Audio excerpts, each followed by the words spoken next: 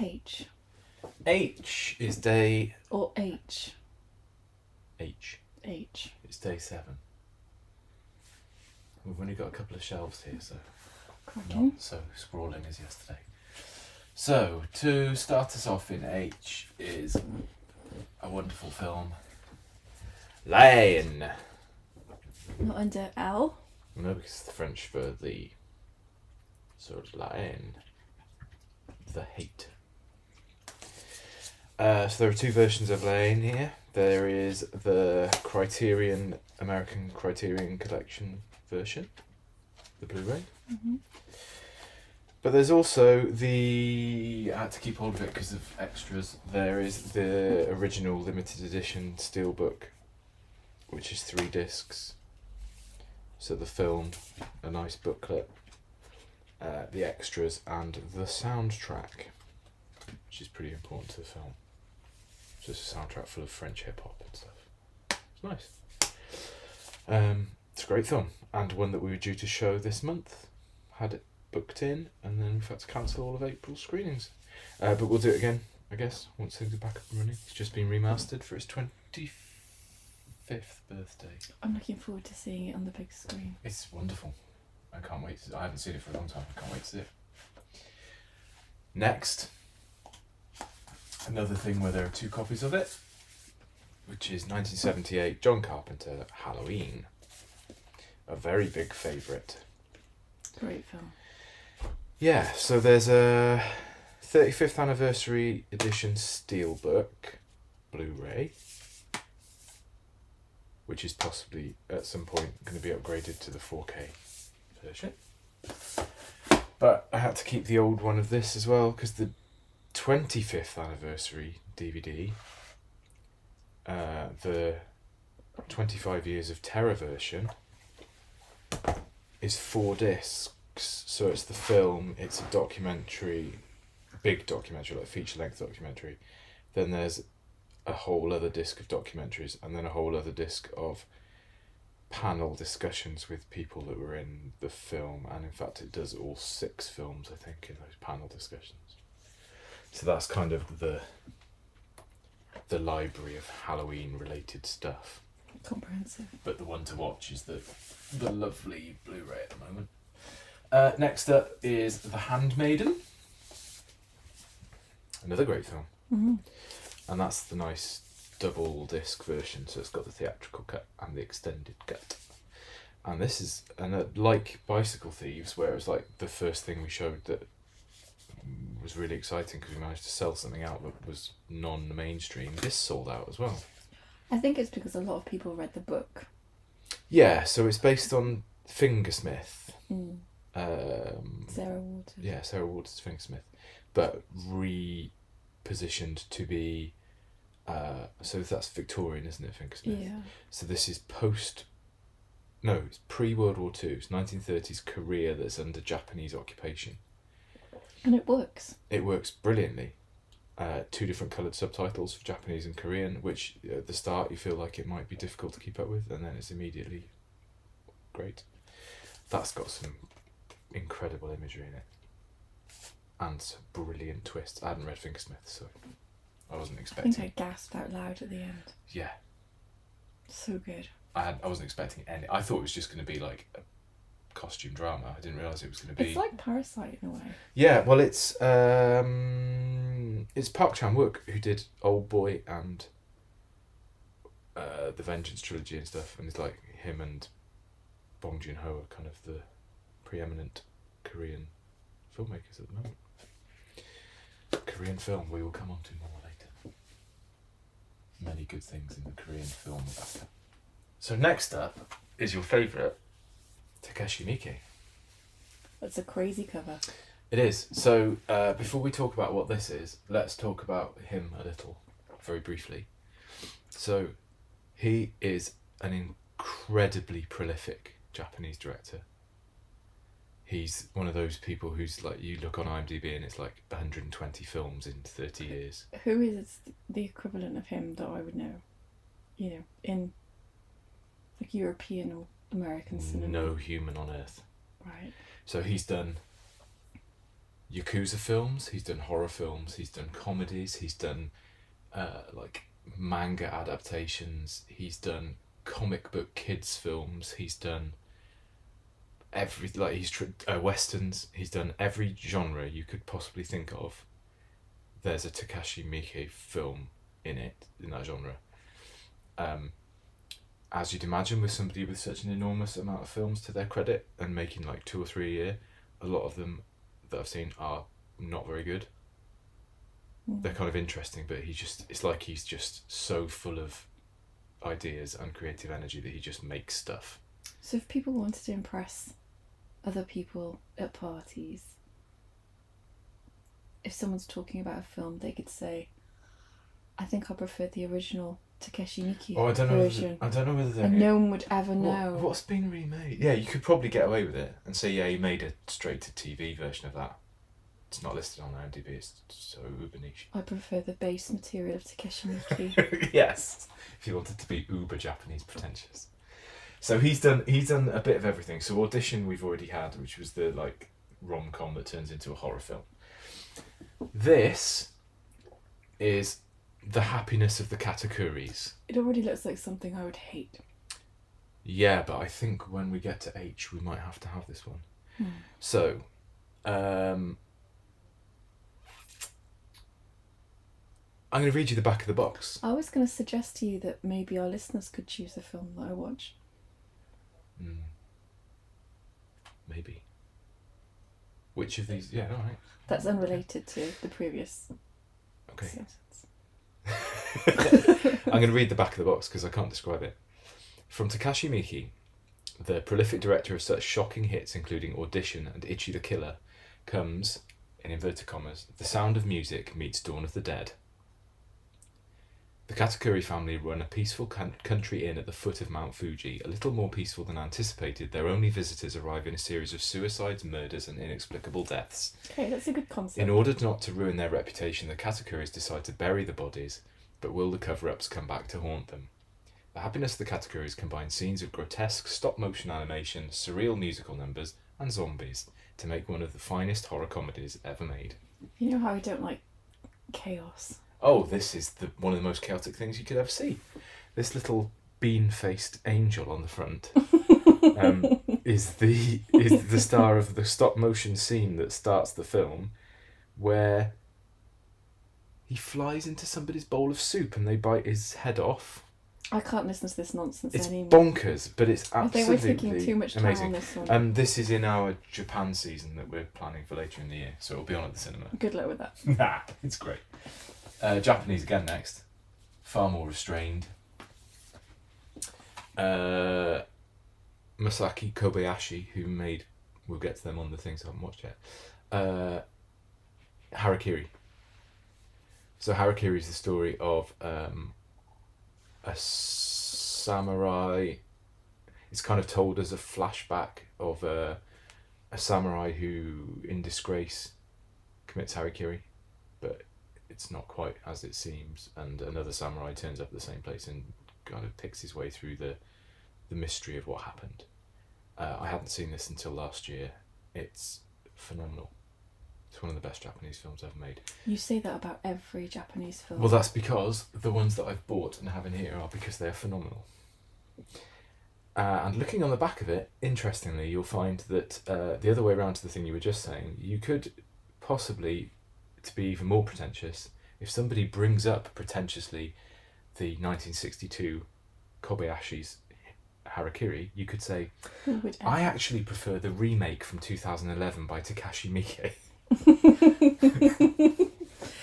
I forgot to tell you that The Thing is on Netflix, a 2011 version. Yeah, it's the prequel. Have you not seen that one? No. We should watch it. Okay. I've seen it. It's not as good as The Thing, but it's interesting. It's the base before with the Norwegians in it, where the dog runs out of at the start of The Thing. And they then go back there to that base. It's not the one from the 1950s. No. It's the one with Mary Elizabeth, whatever her name is. Okay. Next up, another favourite, Harold and Maude. Oh. Hal Ashby's wonderful Harold and Maude from 1971. The best love story ever. It's a wonderful love story. Slightly quirky. So Harold and Maude is a young man who I think he's 17 or 18 and he's obsessed with death. Everyone knows what that is. They didn't when we showed it at the cinema. They did. They came in droves. Yeah, but hardly anyone had seen it. Mm. Anyway, I won't say anything more about it then. Next up, another of my favourites. This H has got some good stuff in it. The Haunting. The Great Ghost Story. You've seen this one. Yeah. This is another. I think this is another horror film where based on the. It makes me every time. Yeah. Based on Haunting of Hill House. But the book, not the TV series. The book. So this is Robert Wise directed it. He's another one like Takashi Miike. So what's Robert Wise done? I don't know. West Side Story. The Haunting. Did he do Star Trek the Motion Picture as well? I think he's all over the shop. I don't know. The Haunting's amazing. Black and white, still terrifying. And then next is a lovely steelbook of Heat, which is a great film. I need to go back. We were going to do this as another of those Sunday gangster films, weren't we? I don't really rate it. I think it's not up there with Goodfellas and Godfather for me. No. It's great. I think they were just so excited about getting Al Pacino and Robert De Niro. That Meet the Fockers was just was not even on the horizon, was it? They were still giants. They were still very good at this point, yeah. It's a great film though. Have you seen an original one? LA Takedown, that Michael Mann made before this, which is basically Heat, and then he got to remake it. That sounds familiar. It's interesting. Next to Heat comes Heathers. Yay! A wondrous film that's only slightly marred by the fact that now, however many years down the line, it's quite hard to watch. 30th anniversary. It's quite hard to watch because of the proliferation of high school. It was a much more innocent time, wasn't it? Yeah, it's pretty hard to watch kids in high school pointing magnum revolvers at one another and blowing up the school. But it's two actors at the height of their... It is. It's fantastic. Powers. And it's great that it's got people like Shannon Doherty in it playing the kind of typical bitchy Shannon Doherty role. It's like it's all perfectly cast, isn't it? Yeah. I used to love watching that and Pump Up the Volume. The big thing for Christian Slade. There you go. Next is Guillermo del Toro's Hellboy, which is the big DVD box, but it's got the Blu-ray inside it. You seen these? No. Hellboy 2's there as well. Nothing would draw me into that by looking at that. So Hellboy's based on a comic, but it's very black humour rather than just superhero-y. So Hellboy's like a little devil that's born in the 40s during World War II. As like part of a Nazi experiment, all the myths and legends of the Nazis doing lots of witchcraft and trying to get hold of the Holy Grail and all the things that would make them more powerful. He's kind of conjured up as a result of some sort of ritual, but then he ends up fighting on the American side. It's interesting. Okay. The second one's not as good. Lots of people seem to like this one better, but it didn't quite gel with me when I saw it. But they're beautiful and they're very good. This is Guillermo del Toro's amazing creation of worlds with lots of details. And then next is a favourite horror film of the last few years, Hereditary. I still haven't built up the courage to watch it. Let's watch it. Yeah. It's great. Mabes. It's really good. So Ari Aster, who directed this, also directed Midsummer, that we'll come on to later. He's quite the horror talent. Excellent. Mm-hmm. Then we have Akira Kurosawa's The Hidden Fortress, the film that George Lucas stole the basic outline of for Star Wars. So this is a general guarding a princess as he tries to smuggle her across hostile territory into a big base. It's just Star Wars. It's got two characters in who are like little kind of poor slaves who are basically C-3PO and R2-D2. There are shots in this that are exactly the same as shots in Star Wars, just with other characters. There's a brilliant version of this that somebody has made where they got this film and they've changed the subtitles and they've put the Star Wars soundtrack against it. So it's like watching Star Wars. So instead of them referring to like General whatever his name is, they call the characters like Han Solo and Obi-Wan Kenobi, and it works. So there you go. Next, classic western, Gary Cooper High Noon, in a lovely limited edition Masters of Cinema box. So we talked about High Noon when we were doing Rio Bravo as the watch along. Yes. High Noon was the film that Howard Hawks and John Wayne watched, and they found it really, because they were a bit right wing, they found this very lefty and like what a weak character he is, because he has to go and try and find help to defend the town, and that's why they made Rio Bravo as a sheriff who can defend the town with whatever he's got. So it was a riposte to this. High Noon's great. I've seen it. Excellent. Yeah. Next to High Noon, we've got another western, a very different western, which is The Hired Hand, which was a surprise hit among the three people who watched it at the cinema after we showed Easy Rider. So when Peter Fonda died, we put Easy Rider on. I wanted to do a double bill, so we did Easy Rider and The Hired Hand. The Hired Hand is the film that Peter Fonda made after the success of Easy Rider. So he was given carte blanche by the studio to make whatever he wanted. Yeah. And not big budget, but he was given a budget and free reign. And he made a western. That didn't really work out for any of those guys, did it? No. They all went a bit crazy with the power.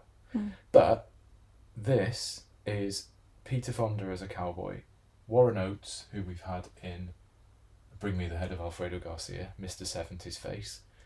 They are cowboys. It is beautiful, it's slow, it's melancholy. The 3 or 4 people who stayed after Easy Rider to watch this all said they thought it was better than Easy Rider and they wished more people had been there. And that's how I feel about it too. It's wonderful. It's just not known. No, it's very... It's hidden, and it shouldn't be, because it's really, really good. Well, you are the purveyor of lost films. Well, I suppose so, but then they can't all be lost and have 3 people at them. So hopefully we'll put this on again sometime and people might come see it. I wouldn't if I were you. Then, we've mentioned him earlier today as well, we've got Bong Joon-ho's The Host. So Bong Joon-ho... It's Jaws via Jurassic Park. Yeah. So Bong Joon-ho made Parasite, so he won all the awards this season. This one is from 2007, 2006, something like that. It's crazy. So a load of people gather by the river because they've spotted something weird in it, and then an enormous beast comes out of the river, and it's basically one of those things like Cloverfield where there's like a beast running around a city, tearing shit up. Classic. Yeah, so Bong Joon-ho is... Never been bad. Never had a bad day. Well, not that we've seen. I've got the only one I haven't seen so far, I think, is Barking Dogs Never Bite, which is sitting over there in the ready to watch. But his films are great. Very good director. Then penultimate in the H's is a film that I love. The mind boggles. You haven't seen this? Well, many years ago. Howard the Duck. So this is a bit of one of those projects of like drifting into the world of, like we just talked about with Hired Hand, of drifting into the world of success and not handling it very well. So that's your description of Howard the Duck. Well, yeah, because it comes from George Lucas. So this is like 1984. That's your description of George Lucas. Yeah. So 1984, 1985, something like that. He's riding... 1986. He's riding high on the Return of the Jedi, having...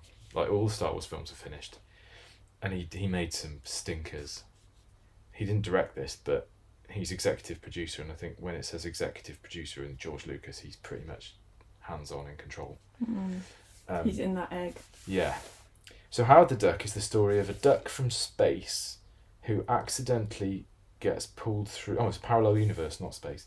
Gets pulled through into our universe. Yeah. And he... Wasn't it commercially successful, though? I don't think so. I remember there was merch. Oh, yeah. It's terrible. But at the same time... You've got it on I've the got shelves. a very, very soft spot for it. I had this on VHS as well that I had to buy from America because it was never VHS here, or it wasn't available. So I was really pleased when this came out because this is a nice special edition of it with commentaries and a nice book.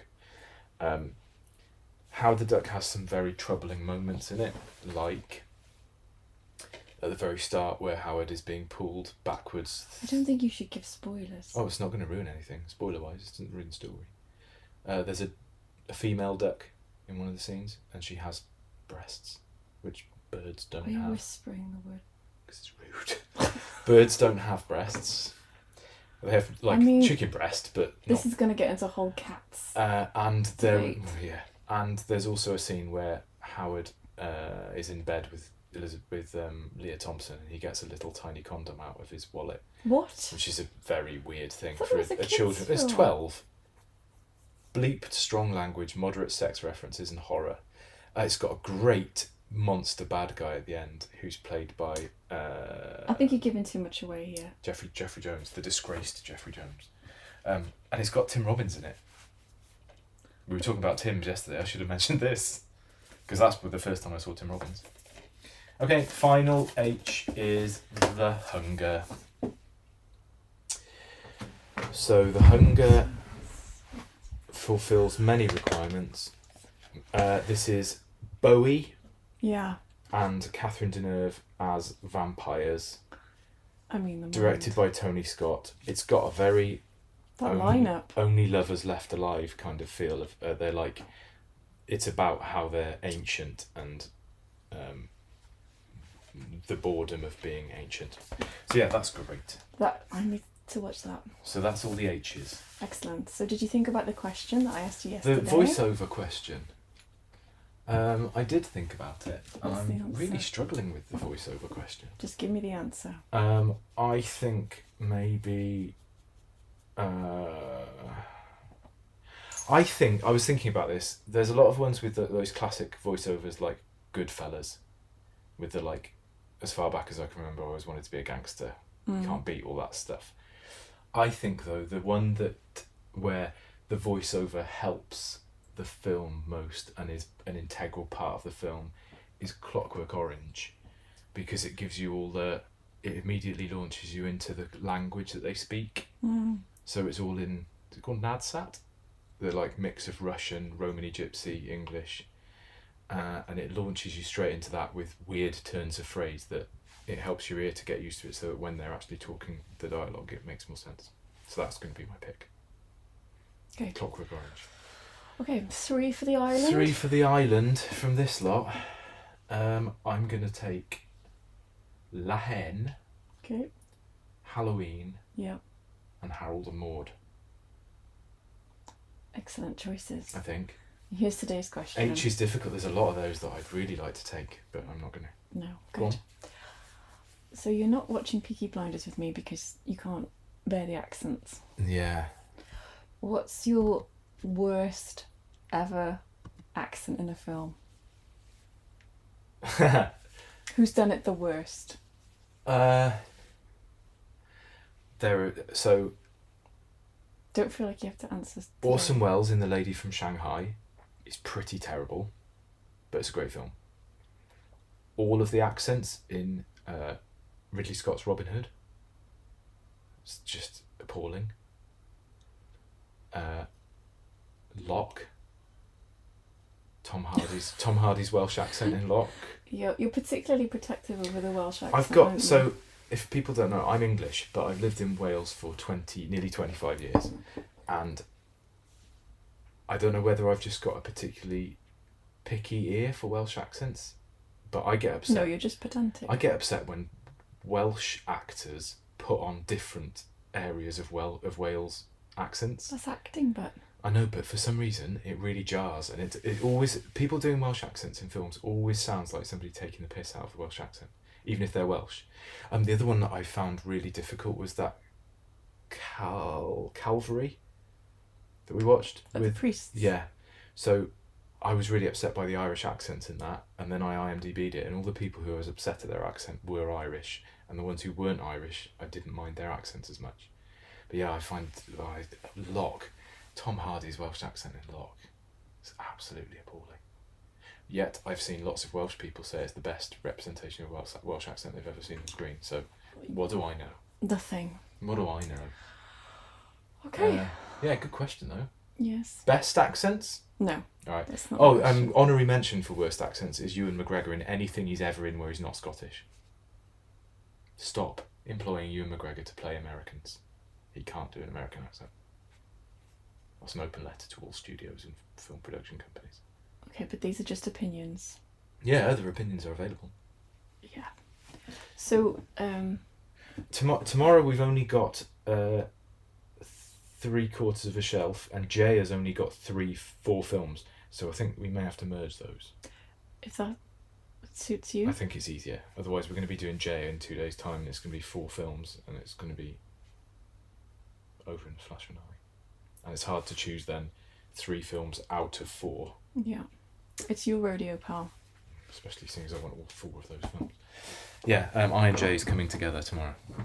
Okay. Okay, thanks for your time. You're welcome. Thanks everybody who's still actually bothering to listen to these. And it's nice to see people's comments about films they'd like to we love the comments. take to a desert island with them. We're surprised that people are listening. Yes. But grateful. I think I know which S Luke is going to get upset about when we get to there, but let's see. And we had a nice comment from someone saying that they found it relaxing. Yeah. So we've done our utmost today to tranquilise the dogs. Yeah. So that doesn't... them in the garden. Yes, no we haven't. We care deeply for the dogs. They're asleep. Yes. And I'm pleased with how they've performed. Yeah, they've been good. Yeah. Right, I think our chips are ready. Great. Let's go and eat. Okay. Bye, people. Bye.